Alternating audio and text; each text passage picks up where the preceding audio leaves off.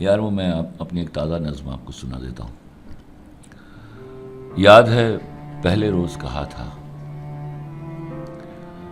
फिर ना कहना गलती दिल की, प्यार समझ के करना लड़की, प्यार निभाना होता है फिर पार लगाना होता है। याद है पहले रोज़ कहा था, साथ चलो तो पूरे सफ़र तक, मर जाने की अगली खबर तक, समझो यार खुदा तक होगा, सारा प्यार वफा तक होगा, फिर ये बंधन तोड़ ना जाना, छोड़ गए तो फिर ना आना, छोड़ दिया जो तेरा नहीं है, चला गया जो मेरा नहीं है। याद है पहले रोज कहा था, या तो टूट के प्यार न करना, या फिर पीठ पे वार न करना।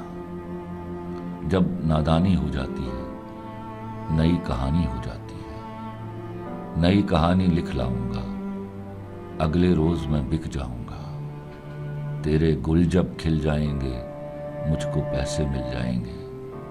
याद है पहले रोज कहा था, बिछड़ गए तो मौज उड़ाना, वापस मेरे पास ना आना, जब कोई जाकर वापस आए, रोए तड़पे या पछताए, मैं फिर उसको मिलता नहीं हूं, साथ दोबारा चलता नहीं हूं, गुम जाता हूं, खो जाता हूं, मैं पत्थर का हो जाता हूं। याद है पहले रोज कहा था।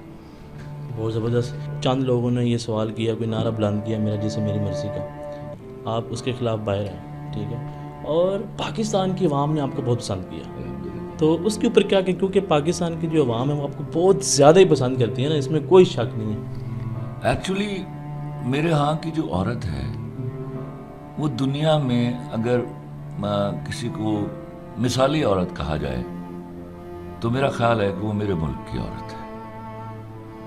सैक्रिफाइस करने वाली, माशरा चलाने वाली, ऐसी औरत को कहाँ पसंद है ये ऐसे घटिया गलीज नारे। तो उनकी मेहरबानियाँ, उनकी मोहब्बतें, उनकी शफकतें हैं मेरे साथ, और उनके तवज्जुह से मेरे जो मुल्क के गैरत वाले मर्द हैं वो मेरे साथ खड़े हैं। 98% अल्हम्दुलिल्लाह। पाकिस्तान एक गैरतमंदों का मुल्क है, वफाशार औरतों का मुल्क है, तो वो मेरे साथ ही खड़े होंगे ना। वो इन 35-36 औरतों के साथ तो नहीं खड़े होने वाले। सर लास्ट में पाकिस्तान की आवाम को क्या पैगाम देना चाहिए? Somehow or the other, we should fight out corruption. हमें कसम खानी होगी कि हम हलाल खाएंगे, हलाल कमाएंगे और हलाल में गुजारा करेंगे। इंशाल्लाह हम बड़ा मुल्क बन जाएंगे, बड़ी कौम बन जाएंगे। सर एक सवाल करूँगा कि जो लोग प्यार करते हैं, इश्क करते हैं, वो टूट जाते हैं, तो उनको क्या पैगाम देना चाहेंगे?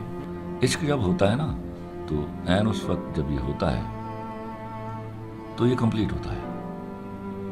इसमें किसी के मिलने बिछड़ने से कोई फ़र्क नहीं पड़ता उसको। ये इश्क होना ही अकम्पलिशमेंट का नाम है। कोई आके चला जाए तो समझिए वो उस प्यार के काबिल ही नहीं था। तो जो प्यार के काबिल नहीं है उसके लिए अपने बड़े महंगे आंसू नहीं बहाते, मुंह बंद कर जाते।